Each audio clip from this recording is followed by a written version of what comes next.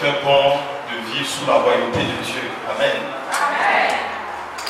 Jésus nous a donné, au travers de son enseignement, ce que signifie la véritable royauté. Alléluia. Il a dit, voici les rois des peuples, des nations, les opprimes, les piétines. Alléluia. Et moi je suis venu pour que mes brebis aient la vie et qu'elle l'ait en abondance. Alléluia. Quelqu'un a dit que ce n'est pas l'abondance qui est la mesure de Dieu, mais c'est la surabondance. Amen. Alors que Dieu nous donne de vivre perpétuellement dans son règne. Alléluia. Nous pouvons dire avec foi et avec confiance que ton règne vienne, que ton règne arrive. Alléluia. Est-ce que tu peux dire ça à ton voisin? Que le règne de Dieu arrive dans nos vies, alléluia, dans nos familles, sur notre nation. Alléluia. Je me rappelle quand la Bible raconte un peu comment la royauté a été inaugurée en Israël. Alléluia. Dieu, il dirigeait son peuple à travers des juges, etc. Jusqu'à ce que le peuple commence à se plaindre parce qu'ils ont regardé un peu les autres nations. Ils ont dit les autres nations ont des rois, ils ont des chefs. Et ils sont allés attraper Samuel qui était juge, qui était en même temps prophète, et qui lui ont dit, il faut nous trouver un roi. Alléluia. Samuel était très triste, il a commencé à pleurer. Et le Seigneur lui dit, ne pleure pas, trouve-leur un roi. Alléluia. Mais dis-leur quels sont les droits du roi. Alléluia. Vous allez payer l'impôt au roi, il va prendre vos fils, il va les enrôler de force à la guerre. Alléluia. Il va prendre vos récoltes de force. Voici les droits d'un roi. Parce que je régnais sur vous. Vous étiez dans un temps de paix et vous n'avez pas reconnu cela. Que le règne de Dieu arrive. Amen. Dans nos vies, dans nos familles, nous avons besoin véritablement de quelqu'un qui règne sur nous et qui nous apporte la paix et la joie. Alléluia. Ce soir, il nous a été demandé de parler sur le thème la miséricorde de Dieu restaure ta vie et ta santé. Alléluia. Dis à ton voisin comme une prophétie, la miséricorde de Dieu te restaure. Alléluia. Alléluia. Le texte de base est tiré de Ésaïe. C'est cela? Le chapitre 38. Le passage nous raconte l'histoire d'un homme appelé Ézéchias. Je peux lire à partir du premier verset. La Bible dit ceci, Ézéchias fut atteint d'une maladie mortelle. Le prophète Ésaïe, fils d'Aroc, vint le trouver et lui dit, ainsi parle le Seigneur, donne des ordres à ta maison, car tu vas mourir, tu ne survivras pas. Ézéchias tournant son visage contre le mur et pria le Seigneur. Il dit, ah Seigneur, daigne te souvenir que j'ai marché en ta présence avec loyauté et d'un cœur intègre, et que j'ai fait ce qui est bien à tes yeux. Ézéchias versa d'abondantes larmes. La parole du Seigneur fut adressée à Isaïe. Va et dis à Ézéchias, ainsi parle le Seigneur, le Dieu de David ton père, j'ai entendu ta prière. Alléluia. Et j'ai vu tes larmes. Je vais ajouter 15 années au nombre de tes jours. Je te délivrerai ainsi que cette ville des mains du roi d'Assyrie, et je protégerai cette ville. Alléluia. Alléluia. Alléluia. Amen. Le passage est assez intéressant parce que quand nous allons un peu plus loin, à partir du verset 9, on voit poème d'Ézéchias, roi de Juda, lorsqu'il fut malade et lorsqu'il survécut à sa maladie. Il dit, au malheur, au meilleur temps de ma vie, je dois m'en aller, je suis assigné au port du séjour des morts pour le reste de mes années. J'ai dit, je ne verrai plus le Seigneur sur la terre des vivants, je ne pourrai plus voir un visage d'homme parmi les habitants du pays où tout s'arrête. Ma vie s'est arrachée, s'est emportée loin de moi, etc. Un très beau poème où il marque sa reconnaissance à Dieu qui l'a saisi et qui l'a sorti de la situation dans laquelle il est. Alléluia. Quelqu'un a dit que la miséricorde, c'est la corde que Dieu jette à l'homme. Alléluia. Du fond de sa misère, le hisser hors de sa misère. Alléluia. Un homme dont la vie était finie, qui était frappé par une maladie mortelle. Alléluia. Le prophète est envoyé par Dieu pour parler à cet homme. Il lui a dit, arrange tes affaires. Alléluia. Arrange tes affaires parce que tu ne descendras pas du nom du lit. Alléluia. La Bible me dit que Ézéchias n'a pas attrapé, alléluia, le prophète. Il ne s'est pas agrippé au prophète. Il n'a pas commencé à supplier le prophète. Non, il faut changer la parole, alléluia, que tu as dite. Alléluia. Il ne lui a pas dit même intercède pour moi auprès de Dieu. Mais la Bible dit que quand il a reçu cette parole, Ézéchias s'est tourné contre le mur et il a prié. Il a parlé à Dieu. Alléluia. Il s'est adressé à Dieu. Parce que si un homme est un prophète, il parle de la part de Dieu. Alléluia. Alléluia. Un prophète ne parle pas de son propre chef. Si Dieu t'a donné une parole, que Dieu te parle à nouveau. Alléluia. Alléluia.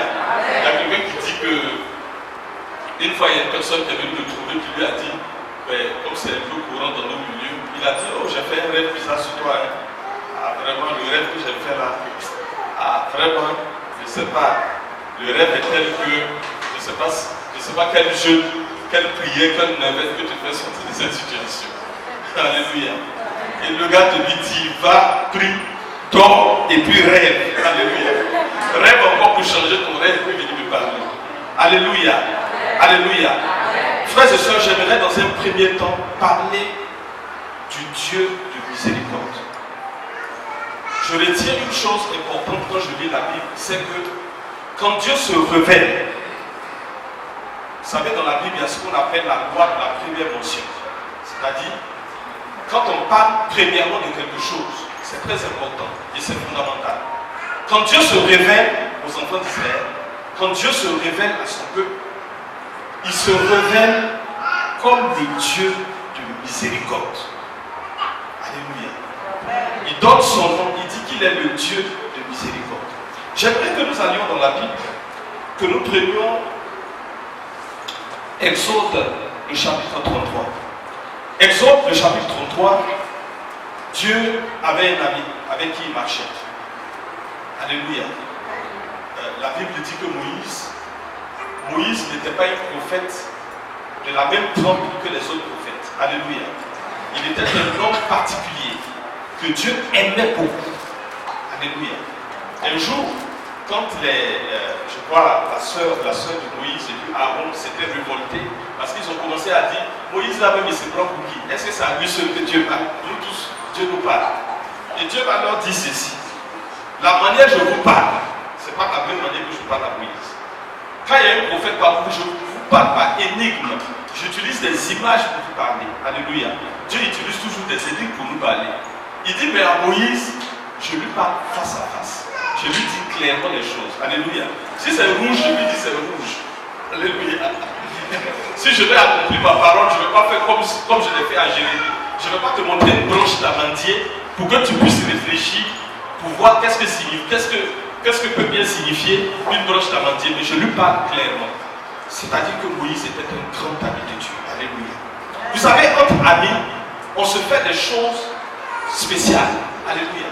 Quand quelqu'un est ton ami, il te marque par quelque chose qu'il fait. Alléluia. Alors, Dieu a commencé à dire à Moïse, je t'aime beaucoup, tu es mon fils, tu es mon serviteur, tu es celui par qui je libérais mon peuple, etc. Tu as trouvé grâce à mes yeux. Moïse a saisi l'occasion, il a dit, mais Dieu, si j'ai trouvé grâce à tes yeux, montre-moi quelque chose, donne-moi quelque chose. Ce que je veux que tu me montres, que tu me donnes, c'est que je veux te voir. Alléluia. Alléluia. Amen. Alléluia. Amen. Tu parles avec quelqu'un que tu ne vois pas. Bon, en fait, tu le vois. Vous savez, Dieu, quand vous regardez un peu dans l'ancienne alliance, Dieu se manifestait sur la montagne à travers le feu, les tonnerres, les voix, des choses extraordinaires. Mais Moïse a dit, si je suis ton ami, je veux te voir.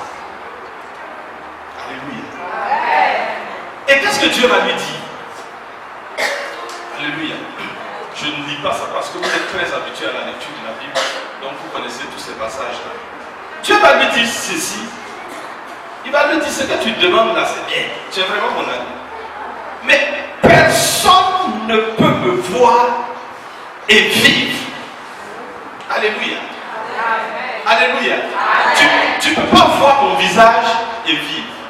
Mais comme tu es mon ami, je vais faire une chose.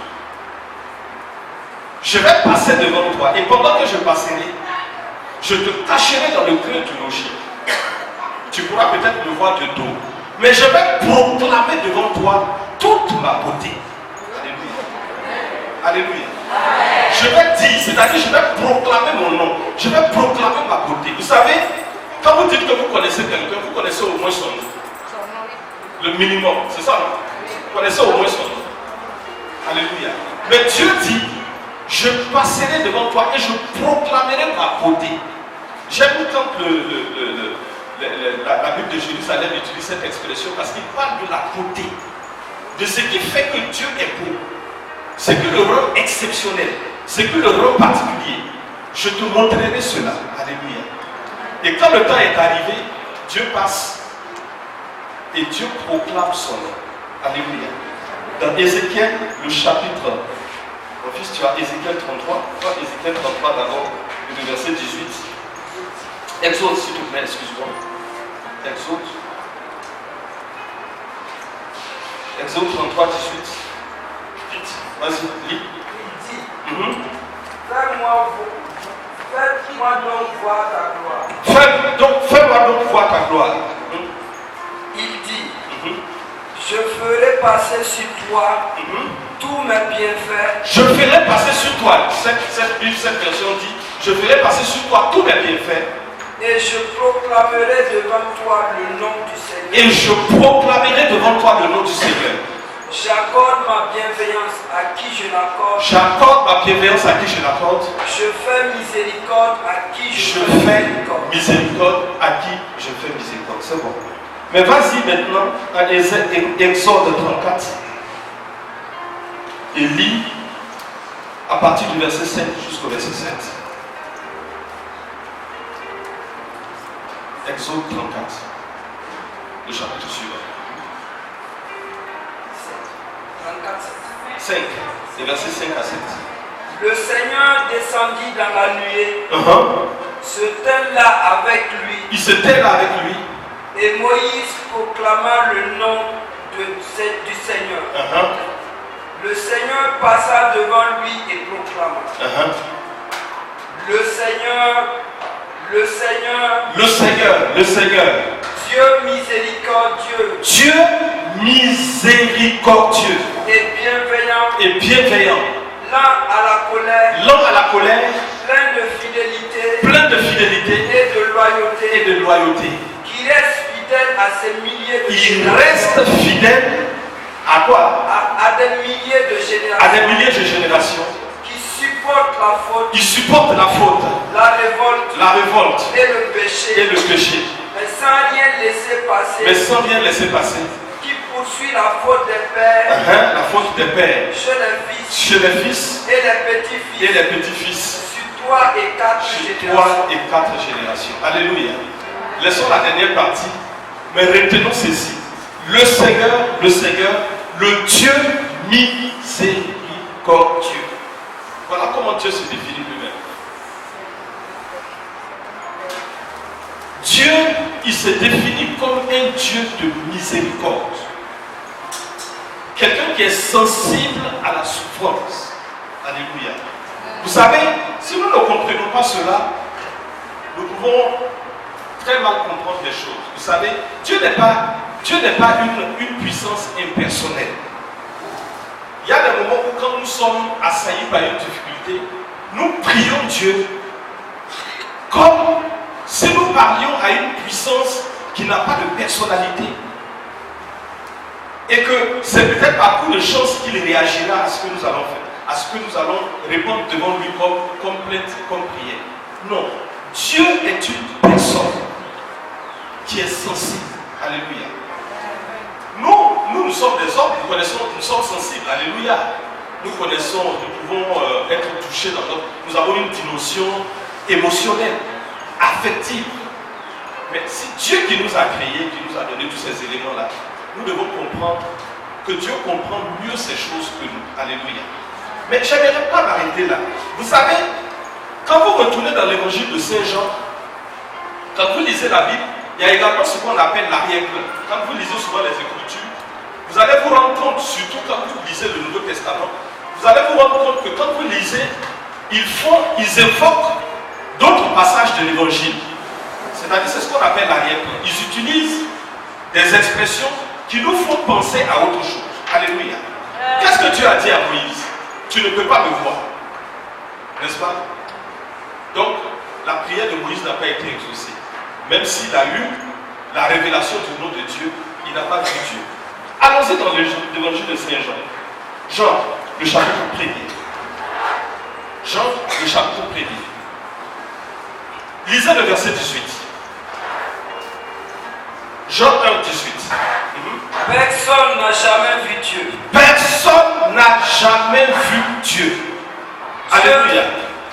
Personne n'a jamais vu Dieu. Voilà ce que l'évangéliste dit. Ça vous fait penser à ce que Dieu a dit à Moïse. Personne n'a jamais vu Dieu. Continue.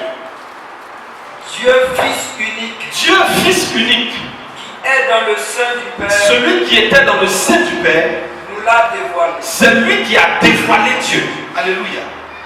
Ça veut dire que personne n'a jamais vu Dieu. Personne ne sait comment Dieu descend. Alléluia. On a entendu simplement dire qu'il est le Dieu miséricordieux, qu'il est puissant. On lui a donné tous les noms. Alléluia. Mais personne ne l'a jamais vu. Mais on dit que celui, le Fils unique qui était dans le sein du Père, c'est lui qui a dévoilé Dieu. Quand on parle de dévoilement, ça veut dire que tous les caractères de Dieu, tout ce que nous devions savoir au sujet de Dieu, ont été manifestés par Jésus-Christ. Alléluia. Alors, si le Dieu de Moïse, dans l'ancienne alliance, s'appelait le Dieu de miséricorde, la miséricorde de Dieu porte un nom. Et ce nom-là, c'est Jésus-Christ. Alléluia. Est-ce que tu peux l'acclamer? La miséricorde de Dieu porte un nom. Et ce nom, c'est Jésus-Christ. Est-ce que tu peux lire le verset 14 de Jean, le premier chapitre? Le verset 14.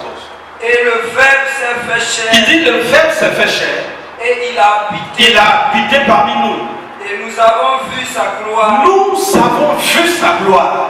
Cette gloire que le Fils unique. Cette gloire que le Fils unique. Plein de grâce et de vérité. Plein de grâce et de vérité. Il tient du Père. Il tient du Père. Alléluia. Alléluia. Amen. Je suis l'éternel de Dieu miséricordieux, plein de grâce et de fidélité. Et la Bible nous dit que Jésus-Christ, nous avons contemplé sa gloire. Alléluia. Le Fils, le Verbe s'est fait chair. Nous avons contemplé sa gloire. Alléluia. Nous l'avons vu plein de grâce et de vérité. Voilà pourquoi quand Jésus est venu, Jésus a manifesté le caractère de Dieu. Quand vous lisez les évangiles, vous allez voir un Dieu qui est profondément humain. Bon, je ne sais pas si l'expression est bonne, mais j'utilise cette expression pour montrer un Dieu qui est sensible, un Dieu qui est proche. Alléluia. Quelqu'un a dit un jour que quand nous chrétiens nous disons, et souvent ce qui crée des polémiques avec ceux qui ne comprennent pas, quand on dit que Jésus est le Fils de Dieu, les gens se disent, ah, comment est-ce que Dieu peut avoir un fils?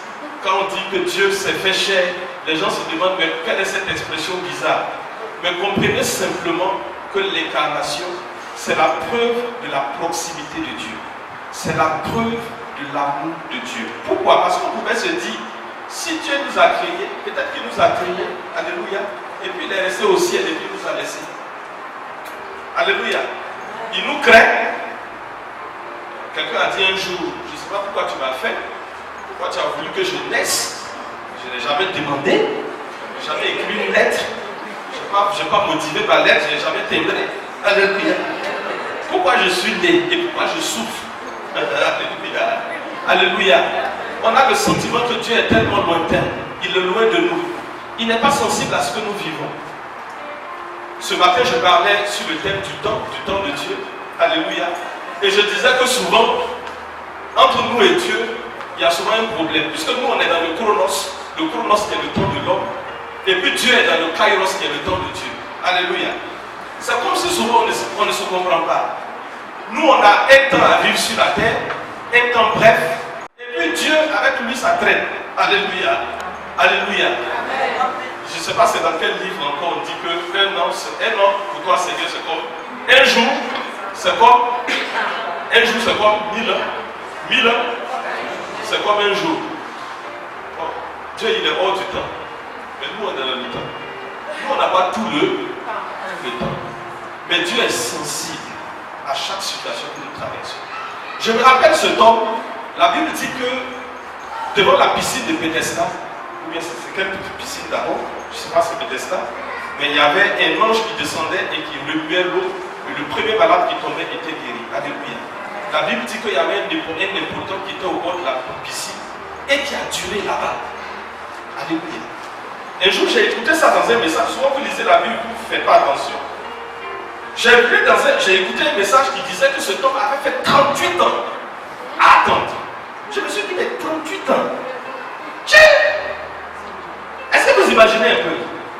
1 an, 2 ans, 3 ans, 4 ans, 5 ans, 6 ans, 38 ans. Presque toute sa vie à attendre. Et quand Jésus le rencontre, j'aime cette expression qui dit, Jésus dit, voyant qu'il était là depuis longtemps. Alléluia. Donc Dieu est sensible à ce que nous traversons, à ce que nous vivons. Souvenez-vous également dans l'évangile, la Bible dit qu'il y avait une femme qui était atteinte d'une perte de sang. Pendant 12 ans. Alléluia. Rien n'est mis dans la Bible par hasard. La Bible dit pendant 12 ans, elle avait une perte de sang. J'ai imaginé cette femme qui a dépensé tout ce qu'elle avait pour payer les médecins, pour trouver une solution à son problème. Vous savez, souvent quand vous avez un problème, le problème devient la seule réalité de votre vie. Vous ne pouvez plus rien voir. Souvent nous sommes là, nous avons des projets de vie, des projets d'avenir. Nous n'imaginons pas souvent certaines personnes qui sont dans des souffrances, qui n'osent même pas rêver comme nous. Alléluia. Nous sommes en novembre, il y a certaines personnes qui se demandent déjà comment on va passer le 31. On va déjà... tu as les 500 000 là que tu as mis à côté là. On commence à faire des plans comme ça. Mais il y a des gens qui n'ont même pas ce temps. Parce que leur interlocuteur, la réalité qui est devant eux, c'est leur souffrance, c'est leur maladie. La Bible dit pendant 12 ans, cette femme a souffert, elle a dépensé tout ce qu'elle avait. Jusqu'à ce qu'elle rencontre Jésus. Alléluia. Jésus était la miséricorde incarnée.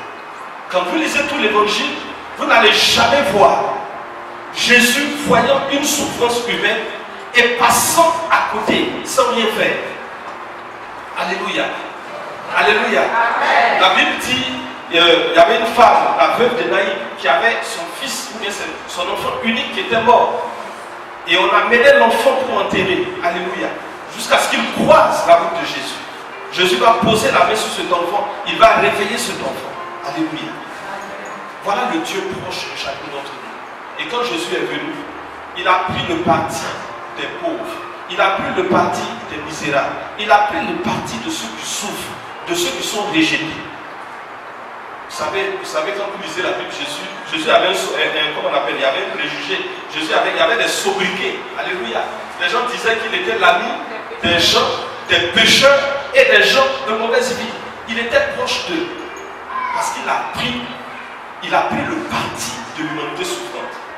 Je ne sais pas encore si c'est Matthieu 24, vers la fin, où quand Jésus parlait les textes, les passages eschatologiques, Jésus disait ceci dans les derniers jours, je dirais, j'avais faim, alléluia, vous ne m'avez pas donné à manger, j'étais malade, j'étais pauvre. Et les gens me disent, Seigneur, qui? Est-ce que nous on t'a vu, ou est-ce qu'on t'a vu malade, pauvre, etc. Et Jésus les dit, chaque fois que vous n'avez pas fait à l'un de ces petits, c'est à moi que vous n'avez pas fait. Pourquoi? Il s'est identifié à la souffrance de l'homme. Alléluia. Et quand vous regardez l'œuvre principale que Jésus-Christ est venu accomplir, l'œuvre de la croix, le prophète Ésaïe dit, le chapitre 53, le chapitre 54, l'homme des douleurs, habitué à la souffrance, le châtiment qui nous donne la paix est tombé sur lui, et c'est par ce meurtrissure que nous sommes guéris. Quand vous regardez la croix de Jésus, pourquoi on dit que Jésus est sauveur? Pourquoi Jésus nous sauve pleinement? Pourquoi le salut que Jésus apporte est un salut complet? Parce que quand vous prenez la misère d'un homme, il y a deux visages de la misère d'un homme. Le premier visage de la misère de l'homme, c'est le péché. Parce que le péché détruit votre relation à Dieu. La première maladie, c'est le péché. La première souffrance, c'est le péché. Même si souvent, ceux qui portent cette maladie ne se rendent pas souvent compte. Mais le premier mal d'un homme, c'est le péché. Alléluia. Alléluia. Je ne sais pas si vous vous souvenez de ce passage dans la Bible. Il y a eu une grosse polémique une fois Jésus a guéri un paralytique. Alléluia. Et ça, le mode de guérison était bizarre. Jésus lui dit, tes péchés te sont pardonnés. Quelqu'un qui est malade, quel lien avec le péché? Alléluia. Tes péchés te sont pardonnés. Et après Jésus lui dit, prends ton lit et rentre chez toi. Et les gens ont commencé à discuter, ils ont dit, mais qui peut pardonner les péchés? Si ce n'est Dieu seul. Alléluia. Et Jésus de leur dit, entre, que tes péchés te soient pardonnés. Et prends ton lit et marche, lequel est plus facile à dire? Alléluia. Alléluia. Et là, ils ont été bloqués. Et il continue de leur dire ceci, afin que vous ayez la preuve que le Fils de Dieu a sur la terre le pouvoir de pardonner les péchés. Il te dit, prends ton lit et rentre chez toi. Parce que la première misère d'un homme, c'est la misère du péché. Alléluia. Et quand vous lisez Ésaïe, la parole de Dieu dit, même si tu te laves avec de la potasse, tu te laves avec tout ce qu'on peut, tu ne peux pas enlever toi-même le péché.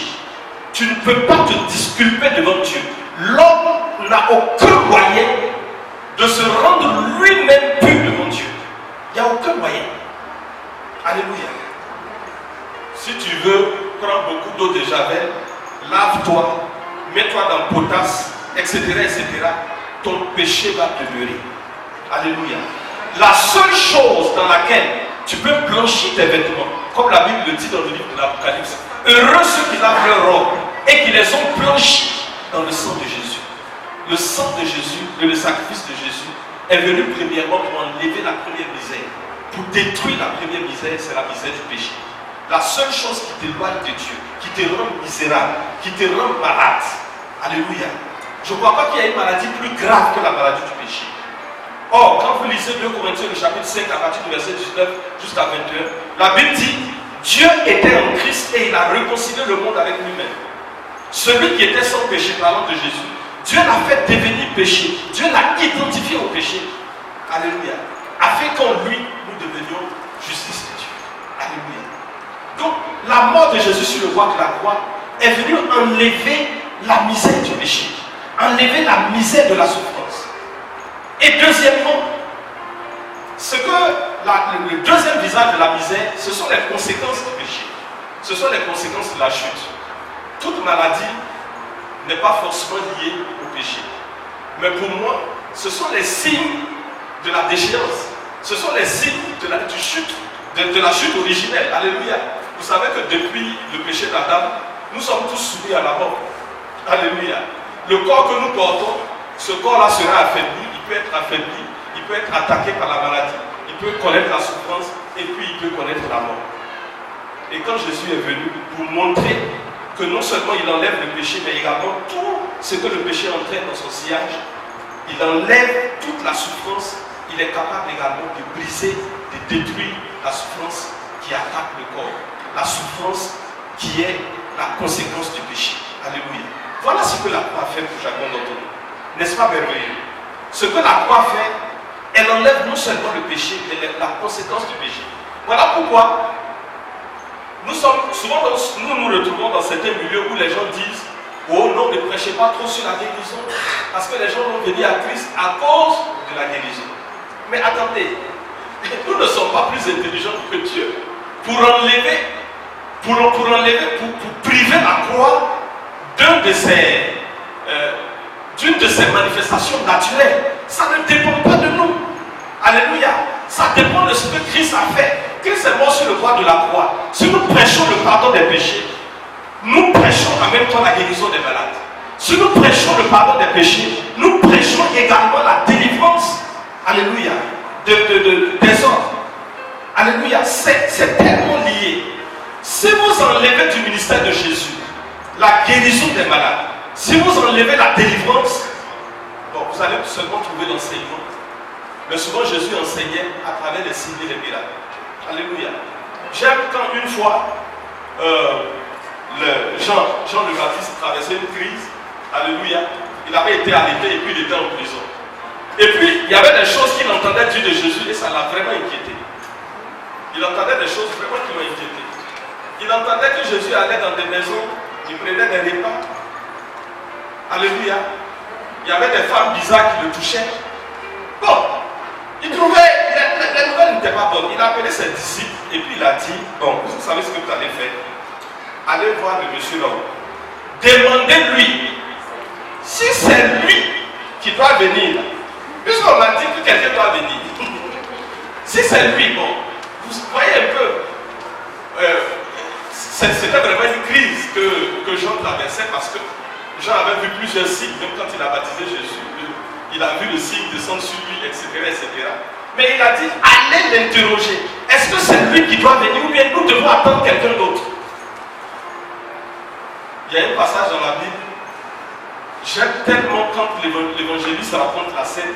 Il dit que quand les disciples de Jean sont arrivés, quand ils ont posé la question à Jésus, Jésus a regardé autour de lui. Et puis il y avait des malades. Il a imposé les mains aux malades. Il a guéri les malades. Il a chassé les démons. Et puis il a dit, allez-y dire à Jean ce que vous avez vu et ce que vous avez entendu. Les malades sont guéris, les morts reviennent à la vie et la bonne nouvelle est prêchée. Alléluia.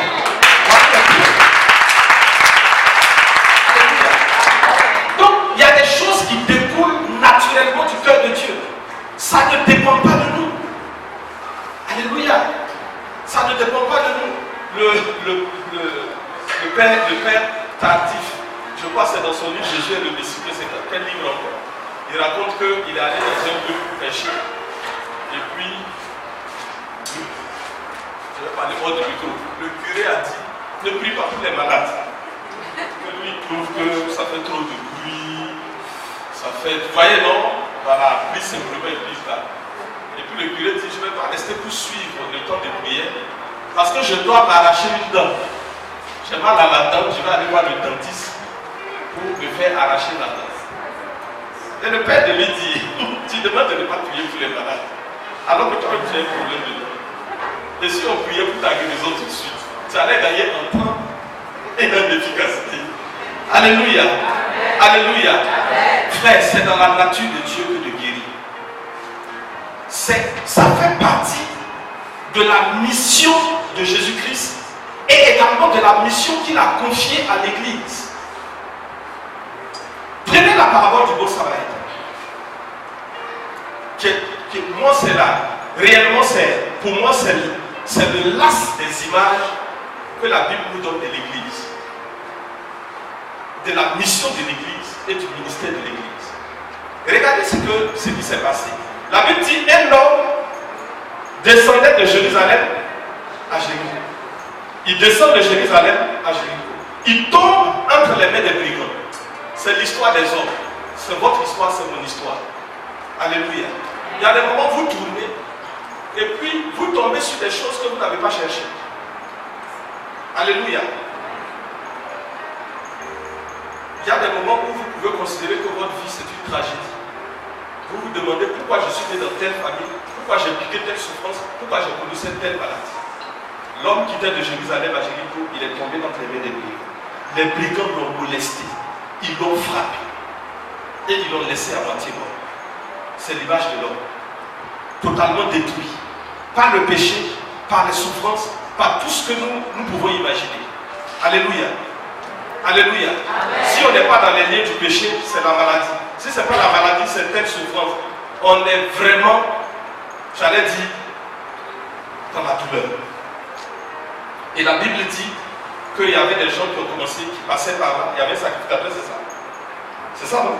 Vous avez lu la Bible, c'est ça? Il y avait un lévite aussi qui passait. Et puis ils se sont dit non, qui ont pris une autre route et qui sont partis. Une personne que rien ne décidait à cela, c'est-à-dire un bon samaritain. Vous savez un peu comment les Juifs regardaient les samaritains. Alléluia. C'était des gens qu'on n'attendait pas. C'était des gens qui étaient frappés de préjugés. C'était des gens qu'on n'appréciait pas, qu'on n'aimait pas. Et quand le samaritain arrive, quand il voit cet homme, il est touché à la misère de cet homme. Alléluia. Et quand Jésus enseigne l'amour du prochain, il utilise en même temps cette même image pour montrer que ce n'est pas parce que tu connais quelqu'un que tu peux te laisser interpeller par sa souffrance. Comment nous agissons, c'est dans la mesure où nous connaissons quelqu'un, on dit, ah, il souffre et on va l'aider. Mais l'amour du prochain est universel. On ne le connaît pas. Alléluia. Ni d'Adam, ni d'Ève. Il n'est pas de notre famille, il n'est pas de notre région, il n'est pas de notre groupe ethnique. Il n'a aucun lien. pour peu que ce soit un homme et qu'il souffre, il nous interpelle. Et la Bible dit que Jésus prie de pitié. Enfin, le bon samaritain, c'est l'image de Jésus. Le bon samaritain, Jésus utilisait des images. Le bon samaritain, c'est l'image de Jésus. Il voit cet homme, il est interpellé par la souffrance.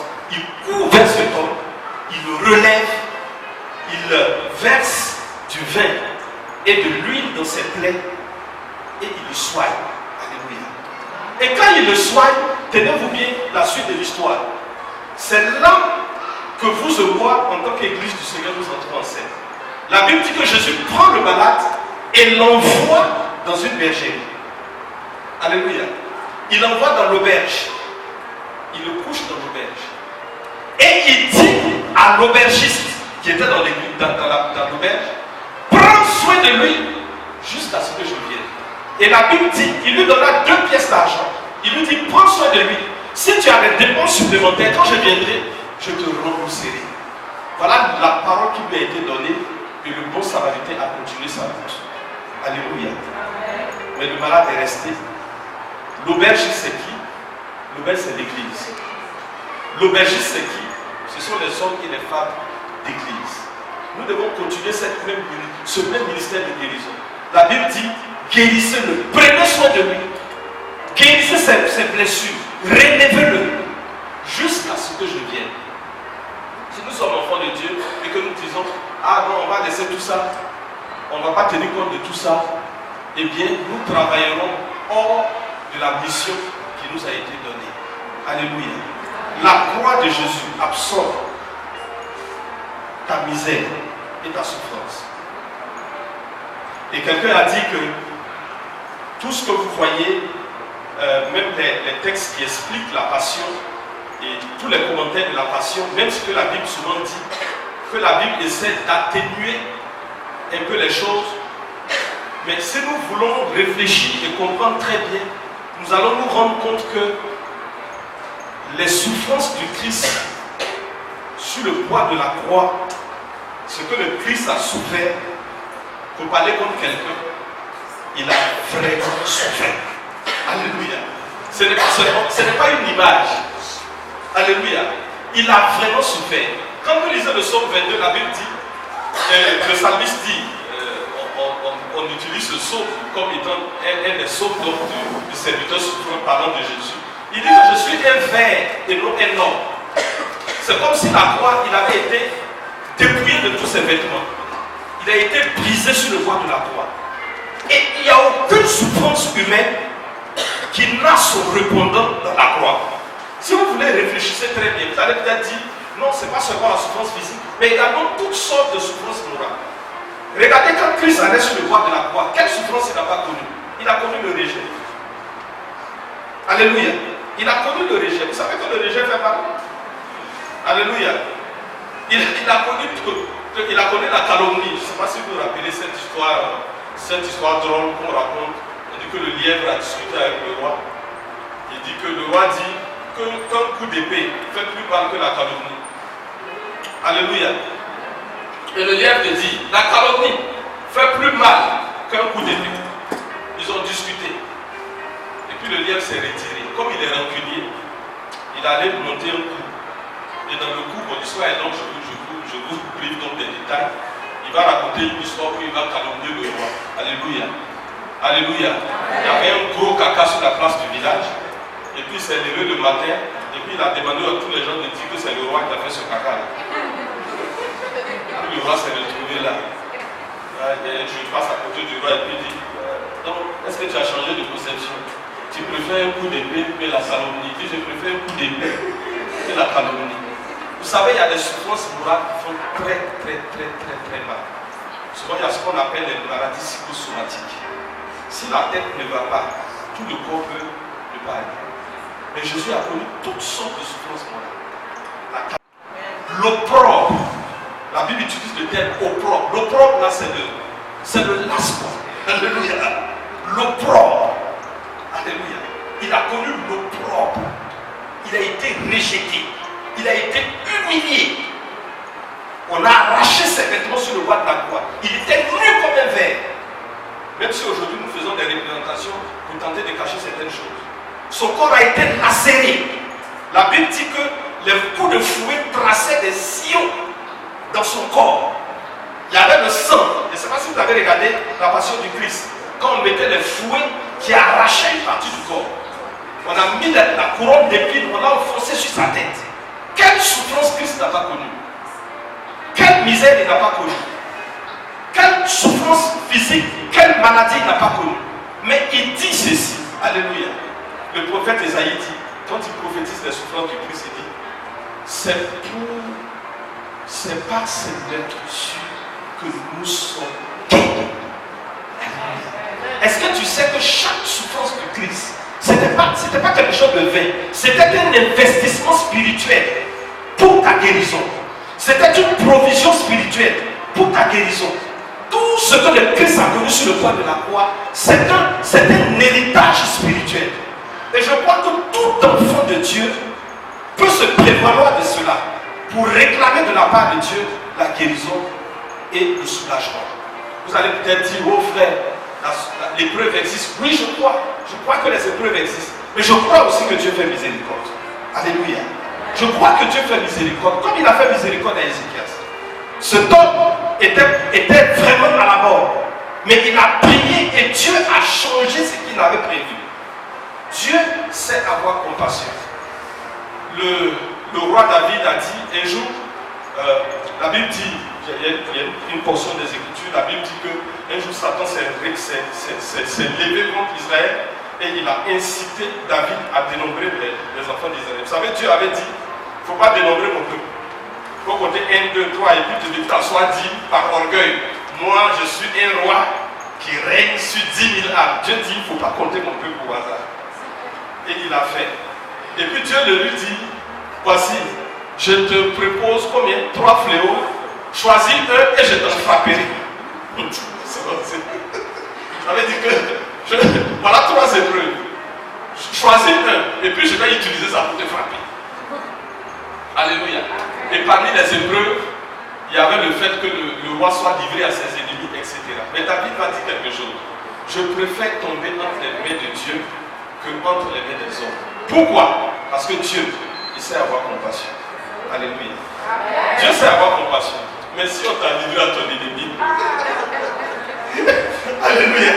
Si on t'a livré à ton ennemi, il va te préparer pour te manger. Alléluia. Mais Dieu sait avoir compassion. Même si tu es fâché, même si ta souffrance est le résultat d'un péché, même si tu as fait quelque chose, je crois que le sang de Jésus-Christ est capable de te racheter. Le sang de Jésus-Christ est capable de te relever. Alléluia. Les souffrances de Christ sont un héritage. Alléluia. Frères et sœurs, la dernière fois je parlais à mes frères de l'autre côté, je disais, est-ce que vous savez qu'il y a ce qu'on appelle l'automédication spirituelle? Dis à ton voisin, l'automédication spirituelle. Alléluia. Je crois que les choses sont très organisées dans l'église. Alléluia. Quand vous lisez les dons spirituels, la parole de Dieu dit, à l'heure est donnée la prophétie, à la fin, les dons des guérisons. Pourquoi on utilise les guérisons plurielles? Parce qu'il y a beaucoup de spécialités. Alléluia. Il y a les dons de guérison. Alléluia. Donc les dons de guérison existent. Je crois que dans l'église, Dieu a disposé des gens particulièrement à qui il a donné un don spécial de guérir. Ça existe. Quand vous prenez le père Tardif, il y a plein d'histoires qu'on raconte sur lui. Alléluia.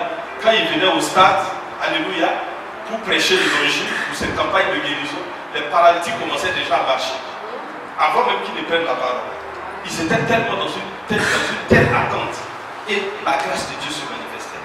Mais je crois également que pour que vous soyez enfant de Dieu et que vous croyez en Jésus, vous pouvez vous prévaloir, j'allais dire, de ce que Christ a investi, de ce que Dieu a investi spirituellement pour vous, de l'œuvre de la croix pour réclamer la guérison de vous-même. Prenons un exemple simple. Souvent quand vous avez, bon, on dit de ne pas faire ça, hein. Excusez-moi ceux qui sont médecins. Moi je ne suis pas médecin, je suis prédicateur. Vous savez, souvent, vous avez mal à la tête. Vous avez des céphalées, c'est ça, donc ça peut arriver. C'est un coup de fatigue, vous êtes pressé sous le soleil, etc. Est-ce que vous allez réveiller le spécialiste au milieu de la nuit pour vous dit que vous avez mal à la tête. Donc si c'est un mal particulier. Mais si c'est un mal plus... Qu'est-ce que vous faites? Vous partez dans votre boîte à pharmacie, c'est ça? Vous ouvrez, et puis vous prenez du paracétamol, et puis vous avalez, et puis vous êtes guéri. La Bible dit, tes paroles apportent la guérison. Alléluia. Donc il y a des moments où vous n'allez pas aller réveiller la bergère à 4h du matin. Bergère, j'ai mal au ventre. Ou bien mon corps est chaud. Bon, qu'est-ce que la bergère va faire? Union de prière. C'est tout. Quelqu'un a dit que souvent les UDP, nos UDP là, c'est Union des développeurs de paresse. On dit UDP pour ne pas prier. UDP! Chacun développe la paresse dans son corps. Alléluia. Donc, souvent, le berger, la bergère, ils n'ont pas le temps. Le curé, il n'a pas le temps. Qu'est-ce que tu peux faire? Tu peux faire de l'auto-médication spirituelle. Je vous raconte mon témoignage. Je n'avais pas beaucoup d'années dans le Seigneur. Et puis, je suis tombé malade. J'avais donné ma vie au Seigneur et j'étais tombé malade. Et on devait m'opérer. J'avais, comment on appelait ça, appendicite. Très douloureux. Les parents n'avaient pas les moyens, c'était vraiment difficile. J'ai lu la Bible, j'ai lu Ésaïe 53, j'ai lu des passages de la Bible, et la parole de Dieu dit, par ces mêmes blessures, nous sommes guéris. Et je suis allé encore lire des passages où la parole de Dieu dit que nous sommes les membres du corps du Christ. Et puis je me suis dit, le corps du Christ c'est un corps glorieux, c'est un corps ressuscité, un corps victorieux de la maladie et de la mort. Si moi je suis membre du corps du Christ, le corps du Christ n'est pas malade. Alléluia. Et j'ai commencé à prier. J'ai posé la main là où j'avais mal. Et j'ai dit, par ces blessures, je suis guéri. Je suis membre du corps du Christ. Le Christ a un corps victorieux de la mort, un corps ressuscité. Voilà pourquoi maladie, je te réprime de mon corps. Je commande que tu disparaisses, que cette maladie disparaisse, que cette souffrance disparaisse. Jusqu'aujourd'hui. Voilà. Alléluia. Même il y a ce qu'on appelle l'autodélivrance. Frère, tu es né, tu es baptisé. Mon fils, je ne dis pas de ne pas aller trouver quelqu'un pour prier pour toi. Ça aussi, ça existe. Il y a des gens qui ont des dons spéciaux. Bon, excusez-moi, c'est spéciaux. Il y a des dons spéciaux. Alléluia. Alléluia. Il y a des gens qui ont des dons spéciaux. Je connais quelqu'un, quand il prie pour des problèmes de stérilité, il a 90% de succès. Mais quand il prie pour mal de tête, il ne va pas. Donc chacun a sa spécialité. Alléluia. Mais nous pouvons faire de l'automédication. Chaque matin, proclame la parole de Dieu sur ton corps. Proclame la vie de Dieu sur ton corps malade. Dis à ton corps d'écouter Ésaïe 53. Dis-lui d'écouter parce que si nous sommes guéris, réprime la maladie. Il y a des moments, il y a des maladies, souvent il y a des démons derrière. Alléluia. Il y a des choses bizarres. Tu allais quelque part, tu allais manger un truc bizarre, tu as un soupçon de truc, tu bois le sang de Jésus, tu réclames les vertus du sang dans ton corps. S'il y a un poison, que le poison sorte, tu dois exercer ton autorité. C'est quelque chose, dis à ton voisin, c'est naturel. C'est naturel. Alléluia. C'est naturel. Nous pouvons le faire. Et c'est possible de le faire. Alléluia. Alléluia. Même vous, on est tous enfants de Dieu. Mais c'est ce qui fait que souvent il y a des gourous et puis il y a des non-gourous. Évitez de gouroutiser les gens. Ah oui. Ah oui. Si tu ne pries pas pour moi là, je sais, mon ami. Mon ami. Il faut prier. Alléluia. Il faut prier. Tu peux prier toi-même. Et la chose va s'arranger. Et même tu vas quelque part, tu trouves malade. Pose-lui et prie, intercède et il sera guéri. Comment le prêtre a dit, il raconte son histoire quand il est entré dans le ministère de guérison. Il était prêtre, malade, couché, il avait la tuberculose. Il y a des gens du renouveau qui sont venus, qui ont prié pour lui, qui ont chanté des chants de louange, qui ont prié un chant en langue. Il a été guéri. Alléluia. Et depuis ce jour, il s'élève. Pour lui, ce n'est pas compliqué. Ce n'est pas un prédicateur compliqué comme nous qui utilisons des termes de façon pour effrayer les gens. Lui, il va simplement dire Jésus est mort, il est revenu à la vie. Jésus-Christ nous aime, il est dans l'Eucharistie, il est présent, il est compatissant. Et puis les malades sont guéris. Est-ce que c'est compliqué? Alléluia. Alléluia. La preuve, c'est que Dieu nous aime. Rien n'est refusé au bien-aimé. Rien. Dieu ne vous privera d'absolument rien qui fera votre peine et votre joie. Et même s'il permet certaines choses, la prière peut restaurer votre joie. Elle peut vous rendre joyeux dans l'épreuve. Alléluia. Elle peut vous rendre, elle peut restaurer votre joie et votre paix. Le plus important, c'est la paix que vous avez à l'intérieur de vous. Alléluia. Dieu peut le faire. Et je crois que ce Dieu miséricordieux-là, il n'a pas changé. Il est proche de chacun d'entre nous. Plus proche que nous ne pouvons l'imaginer. Très proche. Alléluia. Il a sa demeure en nous. Il n'est pas seulement proche de nous, mais il est en nous par le Saint-Esprit. Je crois que Dieu est sensible à tes larmes. Je vois que Dieu voit tes souffrances. Je vois que Dieu voit tes désespoirs. Il voit tout ce que tu vis. Il connaît tes misères, il connaît tes larmes secrètes. Il connaît les choses que tu n'oses pas dire. Alléluia. Ce qui vole ton sommeil chaque nuit, le Seigneur le voit, il le sait, il en est conscient. Fais une chose. Tourne ton visage contre le mur et commence à invoquer le Seigneur. Commence à parler à celui qui détient toute vie dans le cœur de sa main. Commence à parler à ce Dieu compatissant et miséricordieux. Ce Dieu qui est sensible, qui se laisse interpeller par la souffrance, par la situation de tout homme. Alléluia. Parle-lui avec foi et il te répondra. Alléluia. Il te répondra. J'aimerais dire à quelqu'un, Dieu te connaît. Il te connaît. Il est sensible à ce que tu vis. Dieu n'est pas un Dieu impersonnel. Dieu voit tes larmes. Il est sensible à tes larmes. Il a dit à Ézéchiel, j'ai vu tes larmes. J'ai entendu ta prière. J'ai vu tes larmes. Alléluia. Alléluia. Si on avait le temps, on allait développer un autre sujet en lien avec la miséricorde. Vous savez, Dieu est miséricordieux. Servir un Dieu miséricordieux, souvent, ce n'est pas facile. Vous connaissez l'histoire de Jonas, non? Vous connaissez l'histoire de Jonas? Jonas a fui. Il ne voulait pas aller à Ninive à cause de la miséricorde de Dieu. Il savait que Dieu était trop miséricordieux. Dieu lui dit, Dieu l'a presque forcé d'aller à Ninive. Il proclame la parole à Ninive. Encore 40 jours, Dieu détruira Ninive. Dieu va faire ceci. Et puis il va s'asseoir à côté de la ville pour regarder comment les choses vont se passer. La Bible dit que les gens de Ninive ont commencé à s'humilier. Ils ont pris le sac et la cendre. Ils ont commencé à crier à Dieu. Et puis Dieu revient trouver son prophète pour négocier avec lui. Alléluia. Pour négocier avec lui. Que Jonas, ça va, Jonas, mon petit Jonas. Tu as vu les gens de Ninive, non? Tu as vu comment ils se sont repentis? Hein? Ouais. Quand ils commencent à négocier, Jonas dit, il faut me laisser. Il faut me laisser, il ne faut pas me parler. Je savais que tu étais un Dieu plein de miséricorde. Voilà pourquoi j'ai pris ma route pour fuir. Tu m'as poursuivi. Tu m'as fait avaler par un gros poisson. Et puis tu m'as ramené à Ninive. Il faut me laisser mourir. Ça vaut mieux. Alléluia. Alléluia. La miséricorde de Dieu, c'est quelque chose qu'on ne comprendra jamais. C'est un mystère. Alléluia.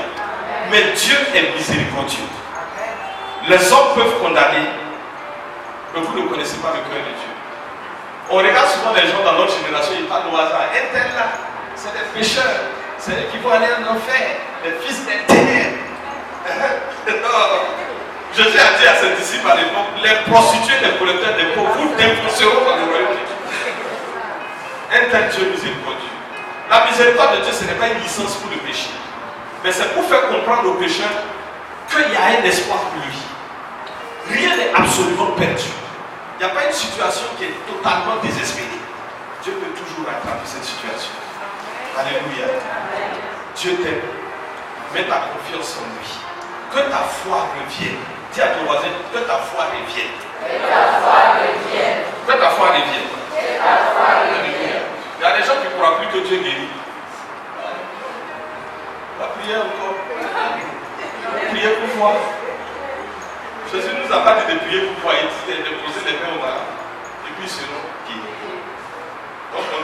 voir s'ils seront guéris ou pas. Je veux que tu mettes ta confiance en Dieu. Alléluia. Amen. Alléluia. Amen. Même si les symptômes continuent de parler aux symptômes, renie les symptômes. Alléluia. Combat les symptômes. Tu sais, c'est une question de foi. C'est un combat de foi. Ah, il a prié pour moi. Je sens toujours la douleur. Il faut continuer de dire douleur. Tu n'as pas. On a déjà prié. Qu'est-ce que tu fais ici? Alléluia. Alléluia. Donc, demeure faible. La Bible dit que si quelqu'un est faible dans ses sentiments, Dieu lui accorde la paix. Mais Dieu le fait pourquoi? Pas parce que nous méritons quoi que ce soit, pas parce que nous avons quelconque mérite. Il le fait à cause de son propre nom. Il le fait parce qu'il ne veut pas changer sa nature. Il le fait parce qu'il est le Dieu de miséricorde. Il le fait parce que c'est lui qui constitue, il est les entrailles de la miséricorde de Dieu. Dieu nous a visités à travers les entrailles de miséricorde. Il a une tendresse de mère, d'une mère. Alléluia. Même si une mère abandonne son enfant, alléluia. Moi, l'Éternel, je ne t'abandonnerai jamais. Alléluia. Quand Dieu parle à Israël, il dit, je t'ai gravé dans la paume de mes mains. Tu es tellement précieux. La vie de tout homme est précieuse aux yeux de Dieu. Chaque vie est précieuse. Chaque vie est précieuse. Nous sommes en fin d'année. Et en fin d'année, beaucoup de choses se passent sur le plan spirituel. Il y a des moments, quand vous regardez les événements de fin d'année, vous vous rendez compte, c'est un peu comme si on est en train de solder. C'est comme si on fait un solde, promo solde. Il y a des gens qui règlent les cas rapidement. Vous n'entendez pas que le type était malade, et puis, vous n'entendez qu'il est parti. Vous vous demandez qu'est-ce qui s'est passé. Le gars, il roule aujourd'hui, boum. C'est comme si on veut solder tout. Mais on ne te soldera pas au nom de Jésus. On ne te soldera pas au nom de Jésus. Le psalmiste dit, je ne mourrai pas.